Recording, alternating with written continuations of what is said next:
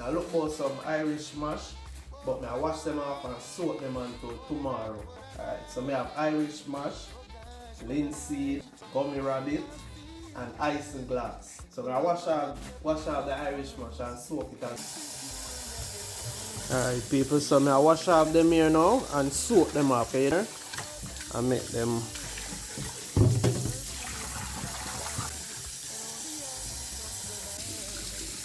I'm gonna wash it off and I'm gonna soak it until tomorrow.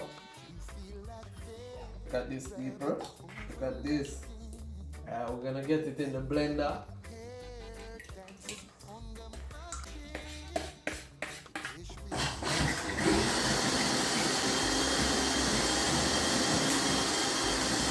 Add some supplement to it. Alright, I got 1 teaspoon of salt and then I got some milk.